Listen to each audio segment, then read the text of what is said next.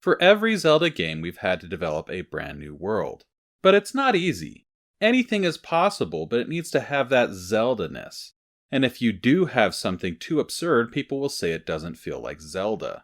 So, figuring out our initial approach was one of the hardest parts. But Capcom gave us a lot of good ideas. Eiji Aonuma.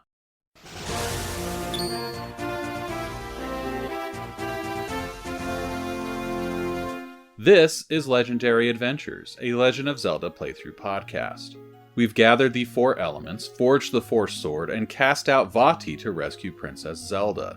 This week we're taking a look at the world and legacy of The Legend of Zelda, the Minish Cap.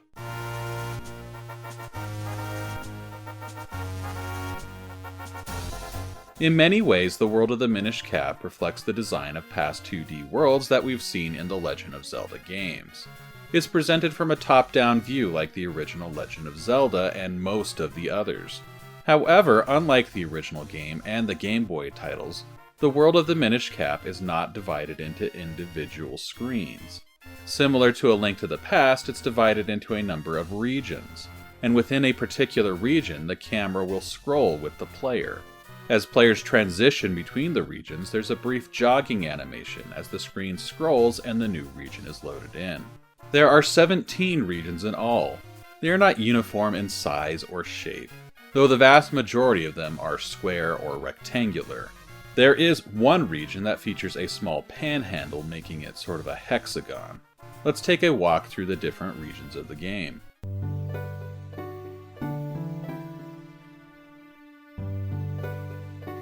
We'll start where the game itself starts, South Hyrule Field.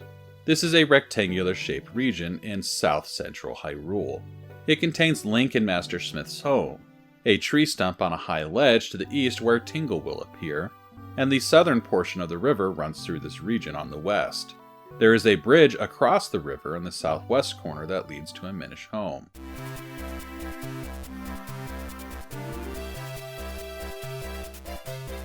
To the north of South Hyrule Field, we find Hyrule Town. This is the major settlement of the game. It's the largest of all the featured villages, and it acts like a hub for the adventure. The main quest weaves through Hyrule Town multiple times. Players will also find side quests and mini-games within its walls. In a 2004 interview with Nintendo Dream, translated by Shmuplations, the interviewer noted that Hyrule Town has elements similar to Clock Town and Majora's Mask. Producer Eiji Aonuma denied there being any connection. He said, "It's not comparable both as a town and in the volume of content." I'm not saying that's a good or bad thing, of course. While Aonuma isn't wrong in saying that, Hyrule Town doesn't have the depth or the clockwork mechanics of Clock Town. I'm not sure that any village or town in any Zelda game since then has had that. But I get what the interviewer is saying. There are real echoes of Clock Town felt within Hyrule Town. First off, there are the physical similarities. Both are located in the center of the map, and have gates leading out of town in each direction. Likewise, after the Deepwood Shrine, but prior to learning the spin attack from Swiftblade at his dojo in town, soldiers will block Link from exiting, much like they do in Clock Town when Link is in his Deku form. Additionally, the town evolves as the game progresses. The characters move in response to certain events in the game. Various shops and buildings are closed at first, but open as the game goes on. Players influence some of those changes. The central shopping district has a stall that Beetle will occupy, but only after players use the Gust Jar to clear dust off of it. And characters like Malon and the Goron Merchant only move into town following players' actions. In that 2004 interview, director Hidemaru Fujibayashi said, "There was actually a period when we talked about making the Minish Cap take place entirely within the town. That helps explain how prominent the town is, and why it's filled with so much to do. The town itself also opens in a similar way as the world as a whole. When we first visit during the festival, we are extremely limited on where we can travel. The town opens more as we progress through the game. Shops that start closed will open following certain story beats. And areas like the west side are initially inaccessible, but players will get access after they get the Cane of Pachi."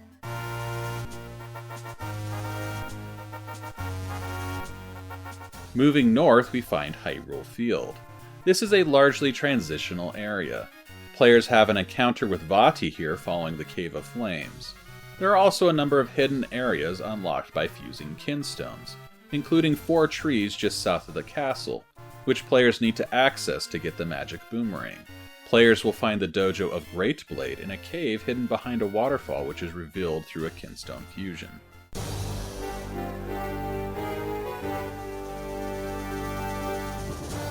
Further north still is Hyrule Castle Gardens and the castle itself. The gardens feature 2 hedge mazes, one on the east, one on the west. There are 2 fountains which hold secrets revealed by fusing kinstones. A secret passage into the castle is located in the northwest corner. Grimblade's dojo is found in the southeast corner. The castle spans 2 floors. Players will visit the castle multiple times through the adventure, mostly because the elemental sanctuary is located inside the courtyard on the lower floor. The castle is also transformed into the final dungeon of the game, Dark Hyrule Castle.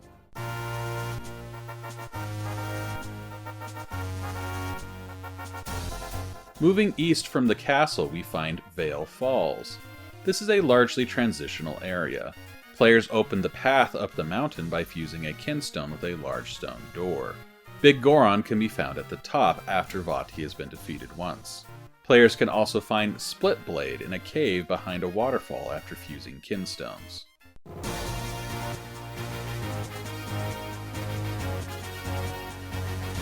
To the east of Vale Falls, we find the Cloud Tops. Here we find the Wind Tribe Village and the 5th dungeon of the game, the Palace of Winds.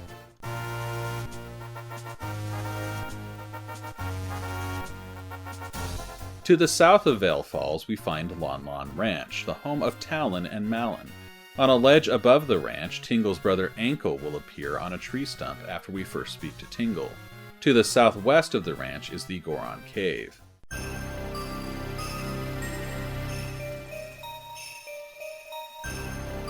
To the east of Talon Ranch, we find Lake Hylia. This area holds the 4th dungeon of the game, the Temple of Droplets. There's also the home of the shop owner Stockwell, where his neglected dog Fifi waits for him, and the lakeside cabin of Hyrule Town's mayor. Tingle's brother, David Jr., also appears here after we speak with Tingle. The dojo of Waveblade is here. Lake Hylia is also one of 5 locations in the game where players can make a giant beanstalk grow by fusing kinstones. Each beanstalk leads to an area in the sky. Players get rupees, mysterious shells, and a heart piece at the top of this beanstalk.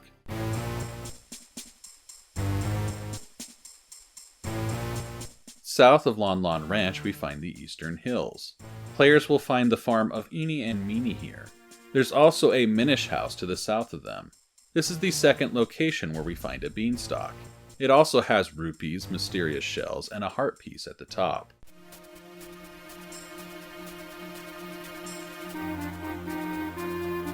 To the east of the Eastern Hills, we find the Minish Woods. This area features the Minish Village, the game's first dungeon, the Deepwood Shrine, and the Witch Syrup's Shop. The first of 3 great fairies in the game are also found here. She's the Great Butterfly Fairy, and she'll give Link a bigger wallet if he offers to give her all his rupees.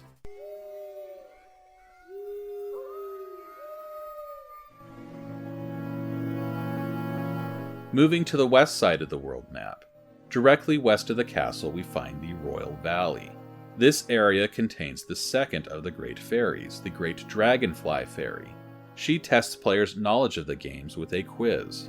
Link will get more arrows if he successfully completes the quiz. A Lost Woods-style area leads to the graveyard, where we meet Dompe, the ghost of King Gustav, and the ghosts of Gina and Spectre. An alternate path through the Lost Woods-style section leads to a reward of mysterious shells.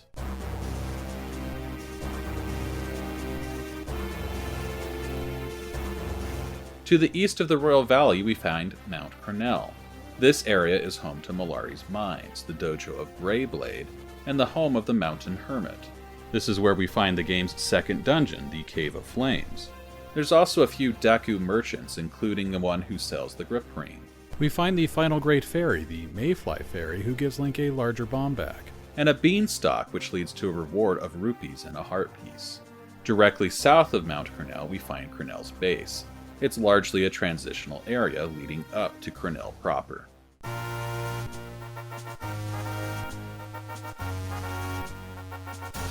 To the south of the Royal Valley, we find the Triloby Highlands. It's largely a transitional area. Players find Percy the Poet here inside a hollow tree, and Tingle's brother Knuckle atop a ledge on the north end of the Highlands. A Deku merchant sells Link his first bottle in a cave within the Highlands. To the south of the Triloby Highlands, we find the Western Wood. This is also largely a transitional area. There are several treasures in areas blocked by fallen trees that can only be accessed by fusing kinstones. One area opened by a kinstone is the path to Percy the Poet's house. One side quest sees us driving a moblin in disguise from his home. There's also a beanstalk to grow in this region. I did not grow them all in my playthrough, but a guide on Thonky.com states players will find rupees and a red kinstone at the top of the beanstalk here.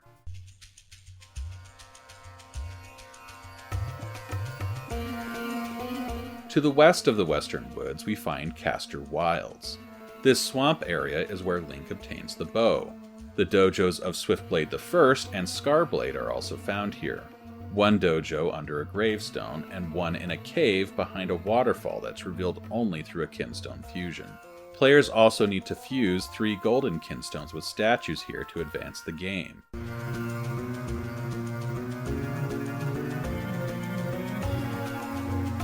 To the south of Castor Wilds, we find the Wind Ruins. This is where we find the third dungeon of the game, the Fortress of Winds, and a couple of Minish homes. There's also a beanstalk here. According to a guide on Thonky.com, players will find a large quiver at the top of this beanstalk.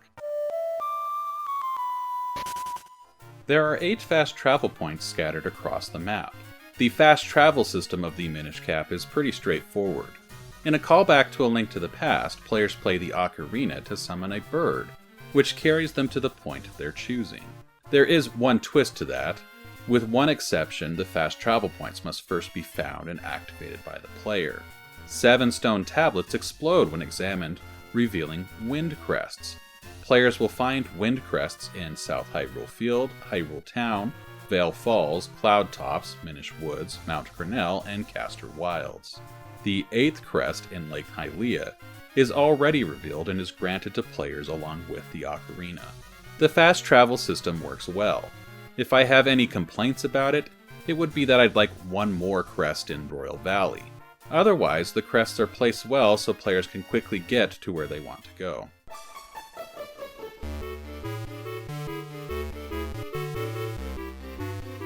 The Minish Cap is easily the most structured single-player Legend of Zelda game that we've seen yet.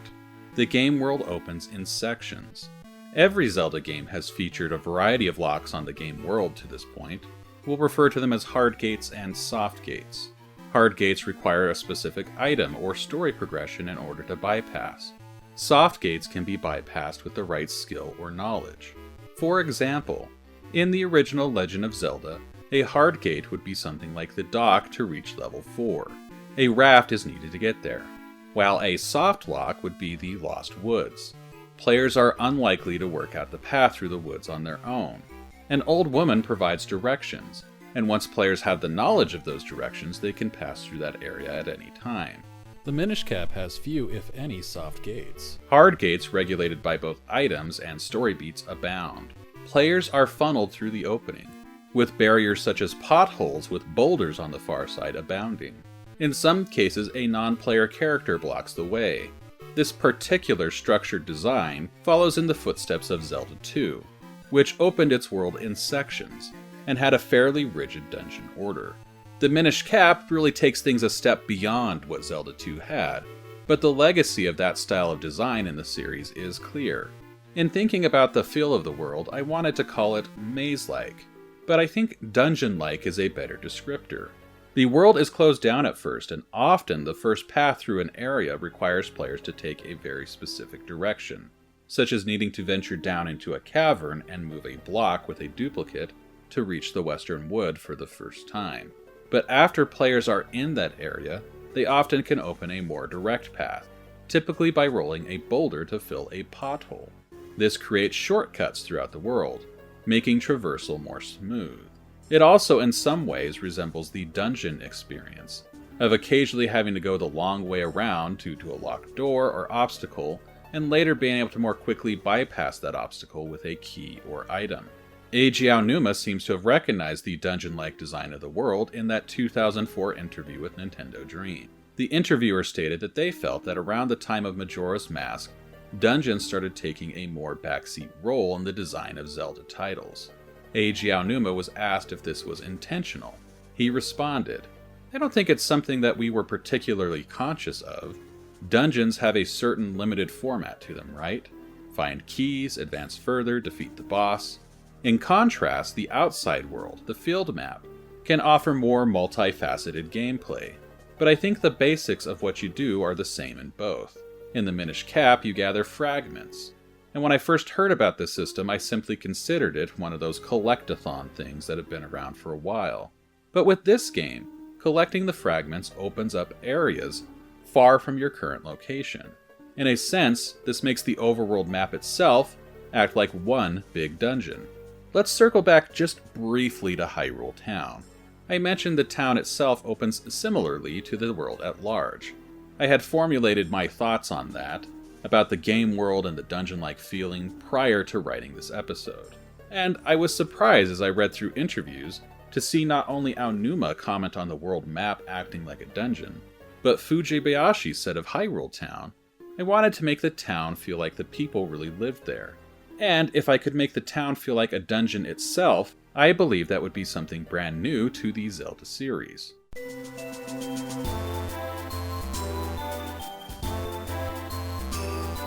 I often talk about whether the world of a Zelda game feels like a real place. I feel that despite its fairly rigid dungeon-like design, the world of the Minish Cap succeeds in giving a sense that this is a world that people live, work, and exist in. It also has a distinctly stronger fairy tale feel to it than any previous Zelda game, in my opinion at least. Aonuma often refers to previous games as having a fairy tale vibe, but to me this is the first game that really captured that feel. There's no question that part of the reason for my feelings on that is the liberal use of fairy tale references throughout the game. For example, Rem the shoemaker has Minish in his shop, who makes shoes for him when he falls asleep. It's a clear reference to the story of the elves and the shoemaker. Like Jack, Link climbs giant beanstalks into the sky, and there are more references beyond that, both subtle and more obvious. The look of the world also adds to that feel.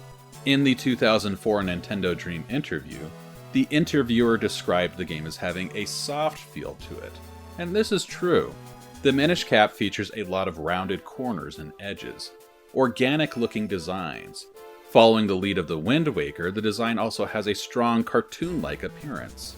Fujibayashi attributed the look that they were able to achieve to early concept art. He said, "A big part of that is owed to the designer who drew the image boards in his personal style. I really wanted the graphics for this game to include all the elements of his concept art. Since this was the GBA, we couldn't just settle for standard pixel art. This was something that I repeated many times at the start of development, and the pixel artists heard me, understood what I was asking for, and these graphics were the result." Aonuma was impressed by the end result. He added, "I used to be a 2D designer myself, so I know this all too well. But following the lead of a main designer, and the world that they've created is no mean feat. Knowing how to create some soft pixel art is impossible unless you've got a lot of experience. It's a veteran skill. Capcom has a lot of staff like that, thankfully, and when it comes to 2D graphics know-how, I'd venture to say that they may have more chops than us." Now, the Minish Cap is clearly working off the graphics and the art style that Fujibayashi's team first developed for Four Swords. It's plain that the engine and some assets were reused. It's also clear that there is some extra refinement, though, in the world of the Minish Cap. There are additional details such as the shadows of passing clouds on the ground that really make the Minish Cap feel more alive and more real, not to mention the wonderful animation on display throughout. Details like Link shaking Eslo awake after they sleep in a bed are wonderfully realized, and let's be honest, pretty cute. The inclusion of some of those details may be a bit due to some jealousy on Fujibayashi's part. He described being very jealous the first time he saw the work being done on Four Swords Adventures. They were working with more powerful hardware and they could do many of the things that I'd wanted to do, he told Nintendo Dream. He described how when he was younger, he had hoped that game design would continue to move in the direction of a more refined 2D experience, similar to the leap between the NES and the Super NES. He added, "In my mind, 2D would just keep getting better and better. This is why I aimed for the most refined 2D experience possible with the Minish Cap."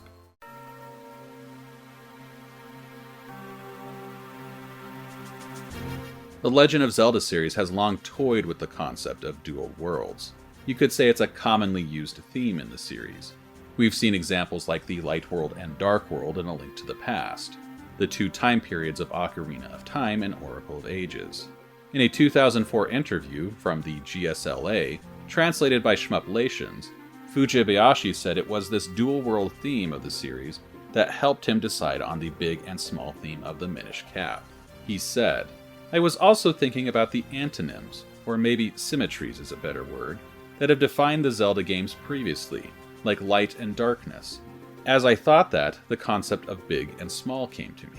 While dual worlds may have inspired the big and small concept to some degree, I personally would not call the big and small concept in the Minish Cap a dual world setup.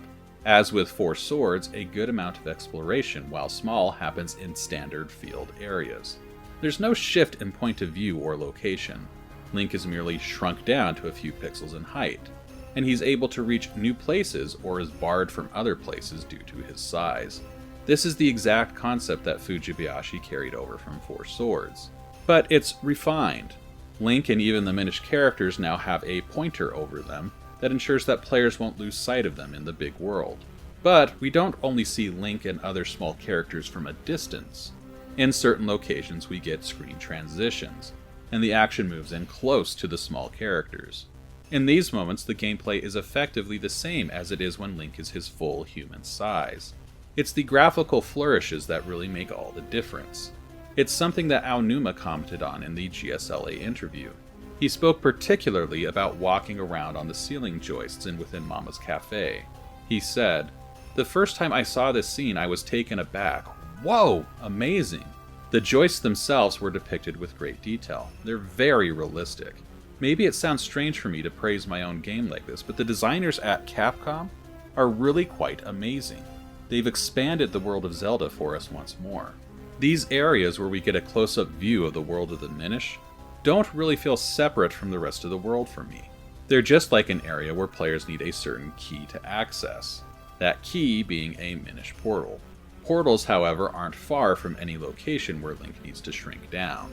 Overall, the world of the Minish Cap is relatively small, but it doesn't feel like there's any less than previous Zelda titles. It's pretty dense with activities, characters, and secrets to find. The game has a strict structure, giving the overworld a feel something akin to a dungeon, at least early on. It means that players won't find much at first. Following the completion of the Cave of Flames, however, the game world opens significantly. That strong structure also can lead to some frustration, when players are unable to advance due to specific triggers that may be somewhat hard to find. I'm thinking of things like opening the library, where it will only open if a specific Minish is spoken to. That said, I still find the world of the Minish Cap fun, and its fairy tale tone well realized. This is a solid world.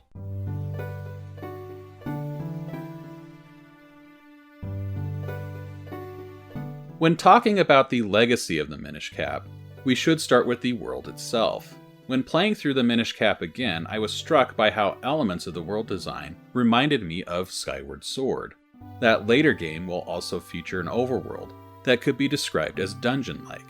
Players initially move through the world along a set path, but eventually they're able to open shortcuts that allow for more free-form movement. Both the Minish Cap and Skyward Sword were directed by Hidemaru Fujibayashi, and there are many ideas presented in the Minish Cap that we can see Fujibayashi return to in later games as well. The Kinstones, for example, seem to have been re-envisioned in Skyward Sword as goddess cubes. To use Kinstones, players must first collect one, then fuse it with a non-player character. With goddess cubes, players need to find a cube and then hit it with a Skyward Strike. Whether fusing Kinstones or striking a goddess cube, both reveal something in another part of the world. The kinstones are ultimately a more complex system. Players need to find both a kinstone and a character to fuse with, and in terms of finding kinstones, there's a good deal of randomness thrown in. Players are never sure exactly which shape of kinstone they are getting, and there's a lot of uncertainty even on when players will receive kinstones. The kinstones also cause a variety of changes in the world. It could be the appearance of a treasure chest, the opening of a new area, the appearance of a golden monster, or the appearance of a non-playable character. Goddess cubes, on the other hand, always offer a chest. Both systems offer rewards to players on a delay, and as I replayed the Minish Cap, with a more critical eye, I felt I could see the clear connection between them, even if Skyward Sword's system is more streamlined. There are also items that appear here that Fujibayashi seemed to revisit. The Gust Jar draws some clear inspiration from the Deku Leaf in the way that it's used as a fan, but it also introduces a new idea and mechanic in the way that it can also be used as a vacuum cleaner. Fujibayashi seems to have revisited the Gust Jar with the Gust Bellows in Skyward Sword. The two items are different from each other. The Gust Bellows only has fan-like features, but it's clearly a play on the Gust Jar. Likewise, the Mole Mitts offers some of the same functionality as the shovel from past games, while also offering something new. The mitts are used to dig through walls of dirt. Fujibayashi would return to this concept again with Skyward Sword. The digging mitts are used to dig in soft soil areas, while the magma mitts allow Link to move in underground spaces, where he uses the mitts to break through certain boulders. Producer Eiji Aonuma took some inspiration from the Minish Cap while he was directing Twilight Princess. In his 2007 Game Developers Conference speech, he admitted to using his work on the Minish Cap as a way to get away from creative struggles on Twilight Princess. He said, "Because this game involved Link moving freely between the normal world and the microscopic world of the Minish, which was very close to the idea that we were shooting for with the realistic Zelda, I was very passionate about my work on this title. I felt certain that the way the gameplay changed as the environment changed in the Minish Cap would have a positive effect on the development of the realistic Zelda." Aonuma used the Minish Cap to draw inspiration for the Dual World and Wolf Link transformations in Twilight Princess. I think this can be most clearly seen in Link's ability to talk to animals, which Link can do when he's Minish-sized in the Minish Cap and in wolf form in Twilight Princess. Additionally, concepts like heart pieces being found directly in dungeons obviously carried forward into Twilight Princess and Skyward Sword. Twilight Princess also features a number of learnable sword skills. While the idea of Link learning a sword skill can be traced back to Zelda 2, the implementation of multiple skills and Link being awarded a scroll after obtaining a skill in Twilight Princess seems to have been influenced by the Blade Brothers of the Minish Cap. While there are clearly some elements of the Minish Cap that Fujibayashi and Aonuma carried forward in the series, there are a few elements that don't carry forward that may be the bigger legacy of the game. As I stated in the first episode of this season, the Minish Cap is the final 2D mainline Legend of Zelda game. That doesn't mean that the top-down style of gameplay ends here, far from it, but this is the last mainline game in the series that is created using traditional sprites and 2D graphics. This is also the final Legend of Zelda game to be developed by the Capcom-owned studio Flagship. I didn't find any stated reason for why another project with Flagship never came together. In a 2005 interview with Nintendo Power, Aonuma expressed a desire to keep the collaboration going. He said, "Mr. Fujibayashi's team has done an excellent job. The Zelda universe that his team creates is bringing very good ideas and stimulates Nintendo's team a lot. I would like to continue to work with his team, but we have not decided on any platform for the next project." Flagship did continue to work with Nintendo. The Capcom studio made 2 Kirby games following the Minish Cap: Kirby and the Amazing Mirror and Kirby Squeak Squad. Squeak Squad, it turns out, was the final game that Flagship worked on altogether. A GameSpot report from May of 2007 states that Capcom was shuttering Flagship. According to that report, despite Capcom closing the studio, they kept the employees on, and they simply moved them to other parts of the company. While I found no official statement on why Nintendo never started another project with Flagship, it could be because Fujibayashi jumped ship. He left Flagship and got a job at Nintendo, where he jumped right into working on Zelda projects like the Phantom Hourglass. It's clear from interviews that series co-creator Shigeru Miyamoto and Eiji Aonuma have a lot of respect for Fujibayashi. I don't speak Japanese, and I don't really know the ins and outs of Japanese honorifics, but I did find it interesting nonetheless that Fujibayashi made a point of noting that Miyamoto would use the honorific Kun with him.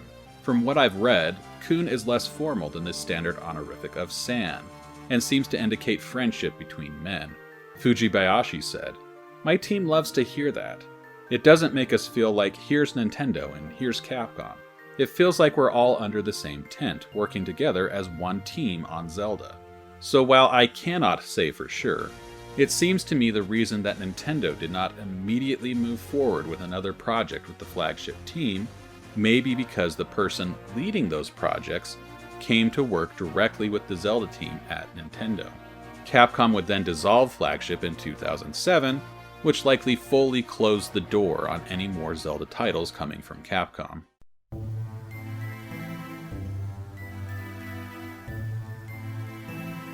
In terms of story and lore, I don't know that the Minish Cap has been as impactful on the series as it perhaps could be.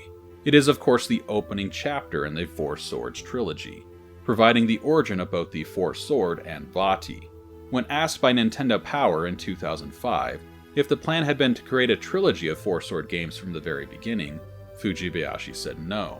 But he said they planned to carry over the story of Vati into future titles in some way. The story of the Minish Cap, I feel, has really done a lot to raise the popularity of Vati among Zelda fans. I mentioned during Season 8 on the original Four Swords that Vati may be seen as the secondary antagonist of the series after Ganon. I feel that's partly because few villains have appeared in more than one game. I think the Minish Cap is the other reason. I have seen many fans call for the return of Vati, and I think the Minish Cap is solely responsible for that. In the original Four Swords, Vati was fairly generic. He laughed a lot and had a penchant for kidnapping maidens, but there really wasn't much to him beyond that. In Four Swords Adventures, Vati seemed like nothing more than a monster. He never spoke, and he showed no indication that he truly understood or was aware of what was happening in the story. In the Minish Cap, on the other hand, we are shown Vati's backstory. We learn where he comes from, how his interest in negative human emotion resulted in him becoming evil and power-hungry, how his attempt to seize the Light Force resulted in his transformation into the creature we saw in later games. We get to see him multiple times throughout the story, and it all has an impact.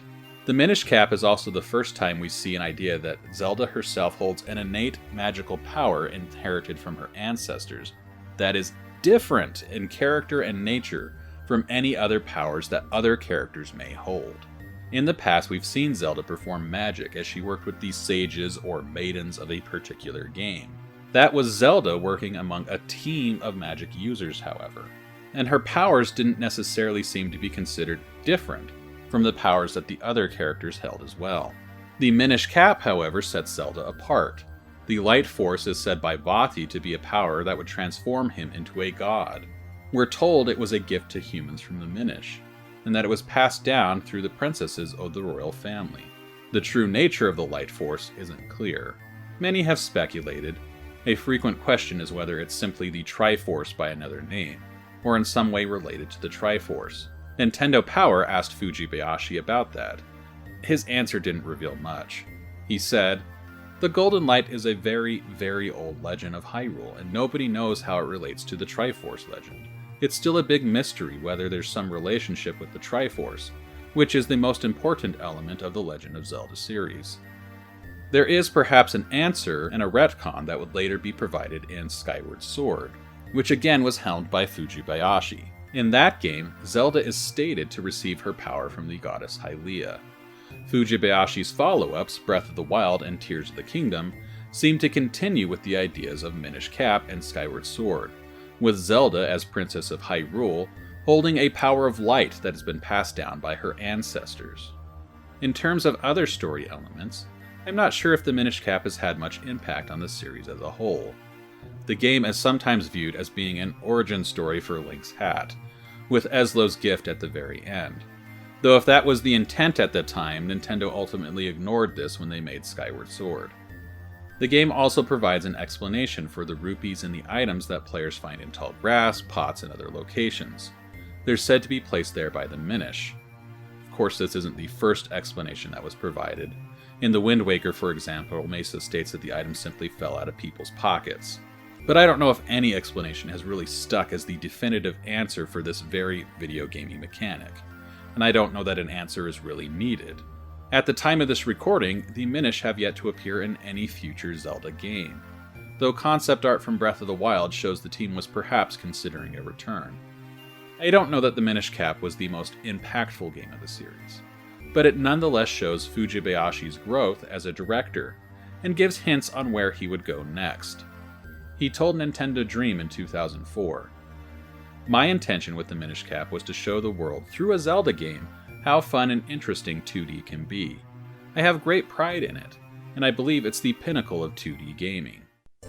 Thanks for listening to this week's episode of Legendary Adventures Podcast. That wraps up Season 11 on the Minish Cap. Season 12 will focus on Twilight Princess. If you haven't already, please consider subscribing. And thanks to everyone who has subscribed already. I really appreciate it. I am Paul Riley, and I will see you next week.